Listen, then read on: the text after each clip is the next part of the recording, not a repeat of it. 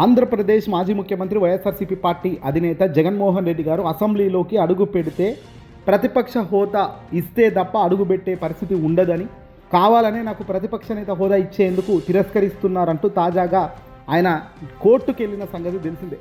అయితే హైకోర్టులో విచారణ ఈరోజు జరగబోతున్నట్టుగా తెలుస్తుంది. జగన్మోహన్ రెడ్డి గారు చేసిన పిటిషన్పై అసలు జగన్మోహన్ రెడ్డి గారు హైకోర్టు దృష్టికి ఏ విషయాలను తీసుకెళ్లారు, తెలుగుదేశం పార్టీకి ఈరోజు వణుకు ఎందుకు మొదలైంది, ఆంధ్రప్రదేశ్లో కూటమి అధికారంలోకి వచ్చి దాదాపు 17 నెలలు అవుతున్న ఈ టైంలో జగన్మోహన్ రెడ్డి గారిని కావాల్సుకునే ప్రతిపక్ష నేత హోదా ఇచ్చేందుకు తిరస్కరించారని, అసలు ప్రతిపక్ష హోదా ఇచ్చే పరిస్థితి ఉన్నప్పటికీ ఎందుకు ఇవ్వడం లేదనే దానిపై కూడా ఖచ్చితంగా న్యాయస్థానాన్ని అప్రోచ్ అవ్వడం జరిగింది వైఎస్ఆర్సీపీ పార్టీ అధినేత మాజీ ముఖ్యమంత్రి జగన్. అయితే జగన్మోహన్ రెడ్డి గారు హైకోర్టు ముందుకు తీసుకెళ్లిన అంశాలు ఏంటో ఒక్కసారి చకాచకా మీ ముందుకు తెచ్చాం, చూద్దాం.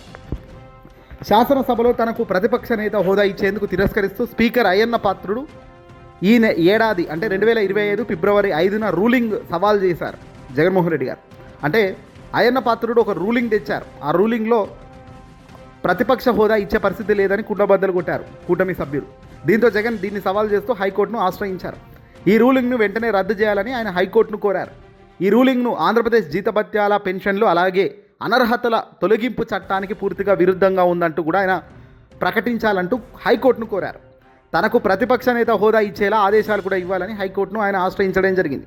ఈ వ్యాజ్యంలో శాసనసభ కార్యదర్శి, స్పీకర్ కార్యదర్శి, అలాగే న్యాయ శాసన వ్యవహారాల శాఖ కార్యదర్శులతో పాటు స్పీకర్ అయ్యన్న పాత్రుడు, శాసనసభ వ్యవహారాలు చూసే మంత్రి పాయవుల కేశవ్ వీళ్ళందరిపై కూడా ప్రతివాదులను చేరుస్తూ హైకోర్టుకు వెళ్ళారు జగన్మోహన్ రెడ్డి గారు. అయితే అనూహ్యంగా ఇప్పుడు బుధవారం రోజున అంటే ఈ రోజున హైకోర్టులో దీనిపై విచారణ జరుపుతారు. ఏంటి అనేది ఆరాధిస్తారు. డిసిషన్ ఈరోజు ఇస్తారా, లేకపోతే హైకోర్టు దీన్ని ఎలా ముందుకు తీసుకెళ్తుంది అనేది ఈరోజు రాత్రి వరకు మనకు స్పష్టంగా సమాచారం వస్తుంది. దాన్ని బట్టి మనం మరో వీడియో చేద్దాం. కానీ హైకోర్టులో జగన్మోహన్ రెడ్డి గారు లేవనెత్తిన పాయింట్లు కరెక్టేనా, లేదంటే జగన్మోహన్ రెడ్డి గారు ఏదైనా అన్యాయంగా కోరుకుంటున్నారా, చూద్దాం వాస్తవానికి ఏం జరుగుతుందనేది. గత ఏడాది మే 21వ తేదీన కొత్తగా ఎన్నికైన శాసనసభ సభ్యులకు ప్రమాణ స్వీకార కార్యక్రమం చేశారు కదా. శాసనసభలో అనుసరిస్తున్న ఆనవాయితీ ప్రకారం మొట్టమొదటిగా శాసనసభ పక్ష నేత లేదా అధికార కూటమి పార్టీ నాయకుడు ప్రమాణ స్వీకారం చేస్తారు.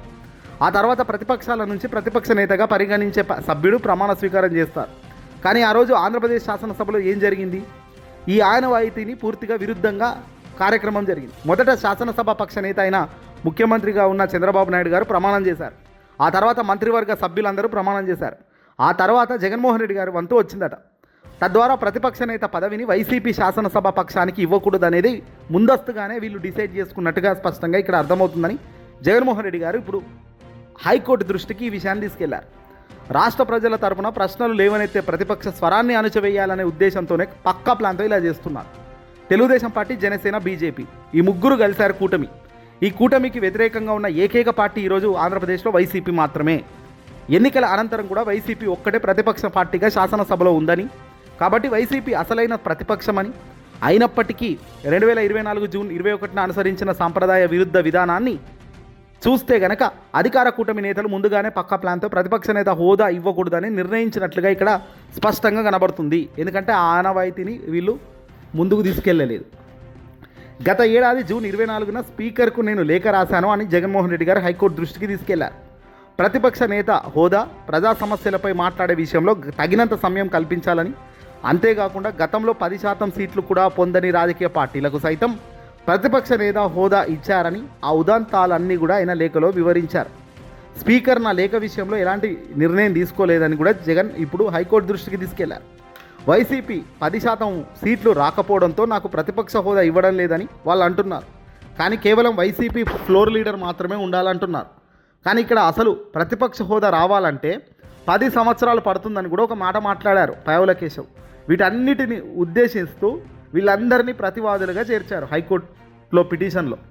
అయితే ఇప్పుడు ప్రతిపక్ష హోదా ఇవ్వకపోవడంపై గత ఏడాది జూలై 23న హైకోర్టులో పిటిషన్ దాఖలైంది. ఆంధ్రప్రదేశ్ జీతభత్యాలు, పెన్షన్లు, అనర్హత తొలగింపుల చట్టం 1953లోని 12B ప్రకారం ప్రతిపక్ష నేతగా ప్రకటించేలా ఆదేశాలు జారీ చేయాలని జగన్ హైకోర్టును కోరుతున్నారు. ఈ పిటిషన్లో పెండింగ్లో ఉండగానే, ఈ పిటిషన్ ఆల్రెడీ హైకోర్టులో ఉండగానే పెండింగ్లో శాసనసభ స్పీకర్ అయ్యన్న పాత్రుడు ఓ రూలింగ్ ఇవ్వడం జరిగింది. నన్ను ప్రతిపక్ష నేతగా గుర్తించాలన్న అభ్యర్థనను పరిగణనలోకి తీసుకోవడం లేదని ఆ రూలింగ్ పేర్కొంటుంది. ఈ నేపథ్యంలో నేను ఈ వ్యాజ్యాన్ని దాఖలు చేస్తున్నానని జగన్ హైకోర్టు దృష్టికి వచ్చారు. స్పీకర్ రూలింగ్ అనేక చట్టాల ప్రకారం తప్పు. ఈ రూలింగ్ అయ్యన్న పాత్రుడు ఉపయోగించిన శైలి, పదజాలాన్ని మొదటి నుంచి చివరి వరకు పరిశీలిస్తే చట్టబద్ధమైన హక్కును నికారించాలని నివేదించాలి. పూర్తిగా చట్టబద్ధమైన హక్కును తొలగించే కార్యక్రమం జరుగుతుంది ఇక్కడ జగన్మోహన్ రెడ్డి గారికి చాలా క్లియర్గా చెప్తున్నది ఏంటంటే గతంలో జరిగిన ఏంటో ఇన్సిడెంట్స్ను కూడా జగన్మోహన్ రెడ్డి గారు దృష్టికి తెచ్చారు. 1994లో 294 సీట్లలో కాంగ్రెస్ పార్టీ ఆనాడు 26 సీట్లకే గెలుచుకుంది. ఆ పార్టీ నేత పి జనార్దన్ రెడ్డి గారికి ప్రతిపక్ష నేత హోదా దక్కింది. 2015లో కూడా ఢిల్లీలో బీజేపీకి 3 సీట్లు వచ్చినప్పటికీ ఆయా పార్టీకి బీజేపీకి ప్రతిపక్ష పార్టీగా హోదానిచ్చారు.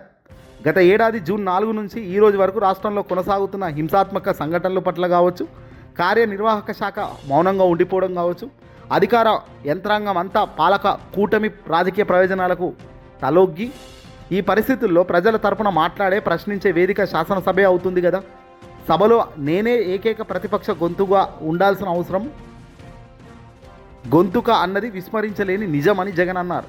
కాబట్టి సభలో నా పార్టీ స్థానాల సంఖ్య ఆధారంగా కాకుండా ప్రజల సమస్యలను ప్రతిబింబించే ప్రతిపక్ష స్వరం అనే అంశాన్ని పరిగణనలోకి తీసుకొని నాకు మాట్లాడే హక్కును ఇవ్వాలి అని జగన్ చాలా హుందాగా హైకోర్టును రిక్వెస్ట్ చేస్తున్నారు. పాలకపక్షం మా పార్టీ నేతలు కావచ్చు, కార్యకర్తలపై జరిపిన క్రమబద్ధమైన హింస ప్రతిపక్షం పైన ప్రతిపక్ష నాయకుడి ప్రాముఖ్యతను మరింత స్పష్టం చేస్తుంది. ఈ హింస విషయంలో నేను 2024 జూన్ 7న అలాగే 2024 జూలై 20వ తేదీలో కేంద్ర ప్రభుత్వానికి సైతం లేఖలు రాశాను.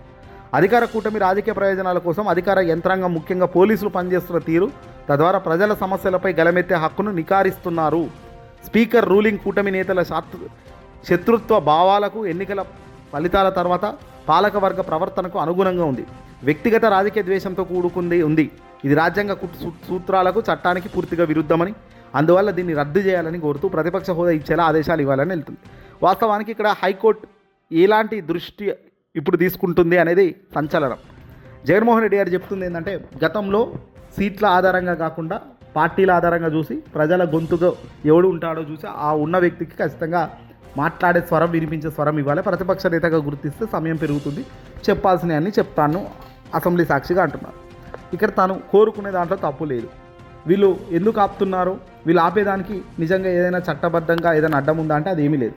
10% ఓట్లు మినిమం 10% సీట్లు గెలుచుకుంటే తప్ప ప్రతిపక్ష హోదా ఇస్తామనేటట్టుగా కూడా రాజ్యాంగంలో ఎక్కడా లేదంటున్నారు. మరి ఇదే నిజం అనుకుంటే వాస్తవంగా అధ్యయనం చేస్తే ఖచ్చితంగా హైకోర్టు జగన్మోహన్ రెడ్డి గారికి ప్రతిపక్ష హోదా ఇచ్చేందుకు గ్రీన్ సిగ్నల్ ఇచ్చే అవకాశాలు కూడా కనబడుతున్నాయి. ప్రతిపక్ష హోదా ఇచ్చే గ్రీన్ సిగ్నల్ ఇవ్వకుండా ఏదైనా తీర్పు అటు ఇటు అయినా కూడా వీళ్ళు మళ్ళీ సుప్రీంకోర్టు దాకా పోయే పరిస్థితి వస్తుంది. సుప్రీంకోర్టు దాకా పోతే కనుక ఖచ్చితంగా న్యాయం జరుగుతుందని అయితే అనుకుంటున్నాను. ఏదేమైనా కానీ జగన్మోహన్ రెడ్డి గారు చాలా స్ట్రాంగ్గా ముందుకెళ్తున్నారు అని మాత్రం ఇక్కడ స్పష్టంగా అర్థమవుతుంది.